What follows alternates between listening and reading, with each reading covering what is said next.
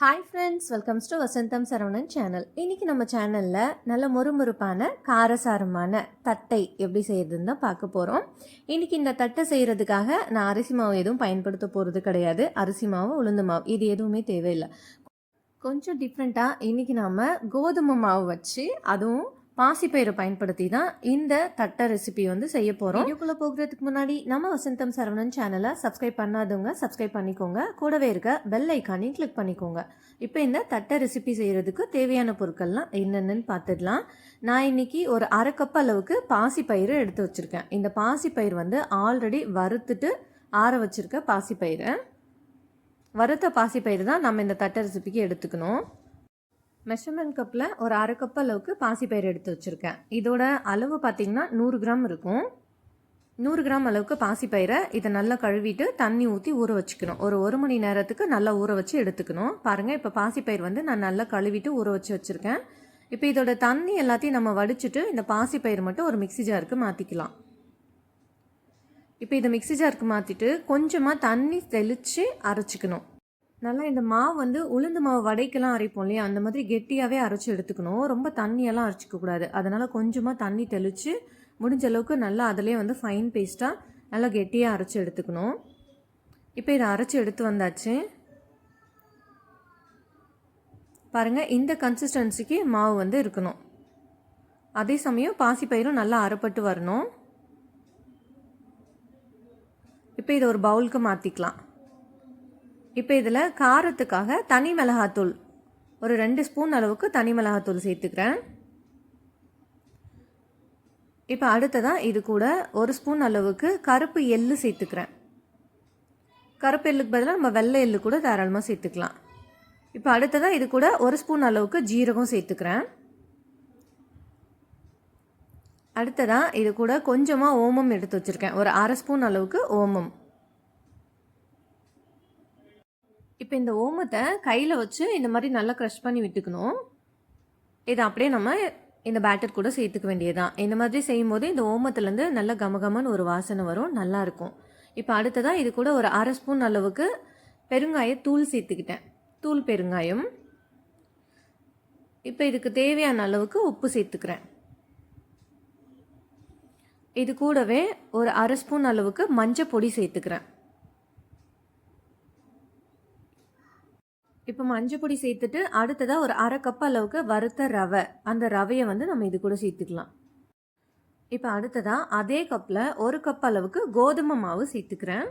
கோதுமை மாவுக்கு பதிலாக நம்ம மைதா மாவு கூட தாராளமாக சேர்த்துக்கலாம். கோதுமை மாவை காட்டிலும் மைதா மாவில் நம்ம செய்யும்போது இன்னுமே ரொம்ப கூடுதல் கிறிஸ்பியாக இருக்கும் இந்த தட்டை. கண்டிப்பாக ட்ரை பண்ணி பாருங்கள். நான் இன்னைக்கான கோதுமை மாவு தான் எடுத்திருக்கேன். இப்போ இதை சலிச்சிட்டு அப்படின்னு நம்ம இந்த பேட்டர் கூட சேர்த்துக்கலாம். கோதுமை மாவு சலிச்சாச்சு. இப்போ இது கூட ஒரு 2 ஸ்பூன் அளவுக்கு நல்ல சூடான எண்ணெய் சேர்த்துக்கிறேன். எண்ணெய்க்கு பதிலாக நம்ம பட்டர் கூட சேர்த்துக்கலாம். 2 ஸ்பூன் அளவுக்கு சேர்த்துக்கிறேன். இதை அப்படியே நம்ம சப்பாத்தி மாவு அளவுக்கு நல்லா கெட்டியாக பசைஞ்சு எடுத்துக்கணும். தண்ணிலாம் இதில் சேர்க்கக்கூடாது. நம்ம பாசிப்பயிரை அரைச்சி எடுத்துக்கிட்டோம் இல்லையா, அதில் இருக்க தண்ணியே வந்து இந்த மாவு ரெடி பண்ணுறதுக்கு போதுமானதாக இருக்கும். பாருங்கள், கரெக்டாக இருக்கும். சப்போஸ் கொஞ்சம் இலக்கமாக இருக்குது மாவு அப்படின்னா அந்த டைம் நம்ம கொஞ்சம் எக்ஸ்ட்ராவாக நம்ம கோதுமை மாவு இல்லாட்டி மைதா மாவு நம்ம இது கூட சேர்த்துக்கலாம். நல்லா சப்பாத்தி மாவு அளவுக்கு கெட்டியாக பசைஞ்சு வச்சுக்கணும். அப்போ தான் நமக்கு தட்டை வந்து எண்ணெய் குடிக்காமல் நல்லா கிறிஸ்பியாக கிடைக்கும். பாருங்கள், மாவு இந்த அளவுக்கு நல்லா சாஃப்டாக இருக்கணும், அதே சமயம் நல்லா கெட்டியாக இருக்கணும். இதை அப்படியே மூடி போட்டு வச்சிடலாம் ஒரு 15 நிமிஷத்துக்கு. இப்போ இது அப்படியே இருக்கட்டும். அடுத்ததாக ஸ்டவ் ஆன் பண்ணிவிட்டு ஒரு வானலியாக ஹீட் பண்ணி வச்சுருக்கேன். இப்போ அதெல்லாம் நம்ம இந்த தட்டை பொரிச்சு எடுக்கிறதுக்கு தேவையான அளவுக்கு எண்ணெய் சேர்த்துக்கலாம். இந்த எண்ணெய் அப்படியே நல்லா சூடாகட்டும். அதுக்குள்ளே நம்ம வந்து தட்டை வந்து ரவுண்டாக ரெடி பண்ணி வச்சுக்கலாம். பாருங்கள், நான் ஒரு பட்டர் ஷீட் எடுத்து வச்சுருக்கேன். அந்த பட்டர் ஷீட்டில் எண்ணெய் தடவிட்டு அதில் கொஞ்சமாக நம்ம ரெடி பண்ணி வச்சுருக்க மாவை வந்து இந்த மாதிரி அழகாக சப்பாத்தி மாவு மாதிரி தேய்ச்சி விட்டுட்டு அதில் பிஸ்கட் கட்டர் வச்சு ரவுண்டாக இந்த மாதிரி குட்டி குட்டி தட்டையாக வந்து ரெடி பண்ணி வச்சுருக்கேன். சப்போஸ் நம்மக்கிட்ட பிஸ்கட் கட்டர் ரவுண்ட் ஷேப்பில் இல்லைனா கூட நம்ம வீட்டில் இருக்க ஏதாவது ஒரு டப்பா இருக்கும் இல்லையா, அந்த டப்பாவோட மூடியை வந்து பயன்படுத்தி இந்த மாதிரி ரவுண்ட் ஷேப்புக்கு நம்ம வந்து ரெடி பண்ணி வச்சுக்கலாம். ஆக்சுவலாக இந்த மாவு தேய்ச்சி இதை கட் பண்ணுற நேரத்தில் நான் எப்பவும் போல் வீடியோ ஆன் பண்ண மறந்துட்டேன்.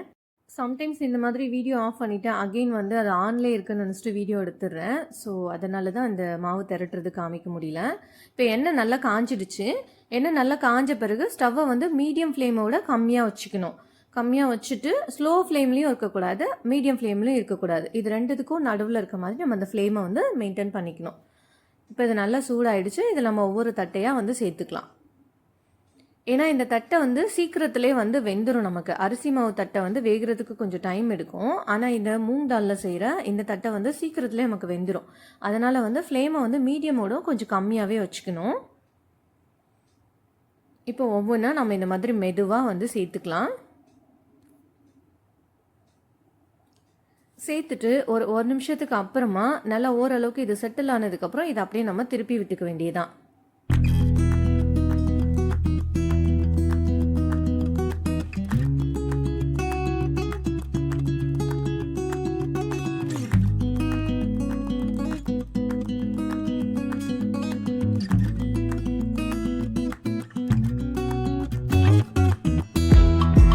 இந்த மாதிரி தட்டையை நல்லா 2 சைடும் திருப்பி திருப்பி விட்டு கொஞ்சம் ஓரளவுக்கு நல்லா செவந்து வரும். அந்த மாதிரி டைமில் இந்த பபிள்ஸ் எல்லாம் அடங்கிட்ட பிறகு ஒரு நிமிஷம் வச்சுருந்து அதுக்கப்புறமா நம்ம இதை வெளியில் எடுத்துக்கலாம்.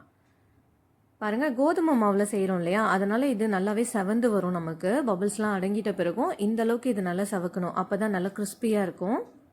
இப்போ இதை வெளியில் எடுத்துடலாம். அவ்வளோதான். இப்போ அதே மாதிரி அடுத்த செட்டு தட்டையும் இதே மாதிரியே பொரிச்சு எடுத்துக்கிறேன். அதே மாதிரி தட்டைக்கு நம்ம மாவு திரட்டுவோம் இல்லையா, அதில் வந்து நம்ம இந்த மாதிரி குட்டி குட்டி ஹோல்ஸ் வந்து நம்ம போட்டு வச்சுக்கணும்.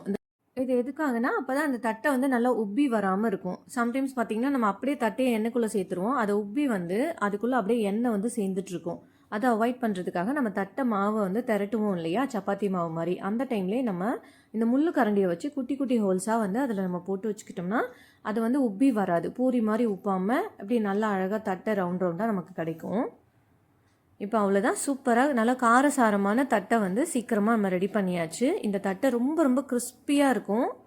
பாருங்கள், பார்க்குறதுக்கே எவ்வளோ அழகாக இருக்குன்னு சொல்லிட்டு கோதுமை மாவில் ரொம்ப சூப்பரான தட்டை நல்லா கிறிஸ்பியாக காரசாரமாக ரெடி பண்ணியாச்சு. இதே தட்டையாக நீங்கள் சேம் மெத்தடில் மைதா மாவு பயன்படுத்தியும் செஞ்சுக்கலாம். இன்னுமே இதை காட்டிலுமே அது ரொம்ப ரொம்ப கிறிஸ்பியாக இருக்கும். ஆனால் சிலருக்கு மைதாவில் செஞ்சால் ஸ்நாக்ஸ் வந்து பிடிக்காது. அதனால தான் வந்து கோதுமை மாவில் செஞ்சு காமிச்சிருக்கேன். ஓகே ஃப்ரெண்ட்ஸ், கண்டிப்பாக நீங்களும் இதே மெத்தடை ஃபாலோ பண்ணி உங்கள் வீட்டில் இந்த காரசாரமான மூங் தாலை வச்சு செய்யக்கூடிய கோதுமை மாவு தட்டையை செஞ்சு பாருங்கள். செஞ்சு பார்த்துட்டு இதோட டேஸ்ட்டு எப்படி இருந்ததுன்னு கமெண்ட் பண்ணுங்கள். இந்த வீடியோ உங்களுக்கு ரொம்ப பிடிச்சிருந்தா இந்த ரெசிபியை உங்களோட ஃபேமிலி அண்ட் ஃப்ரெண்ட்ஸ்க்கு ஷேர் பண்ணுங்கள், லைக் பண்ணுங்கள், கமெண்ட் பண்ணுங்கள். தேங்க்ஸ் ஃபார் வாட்சிங்.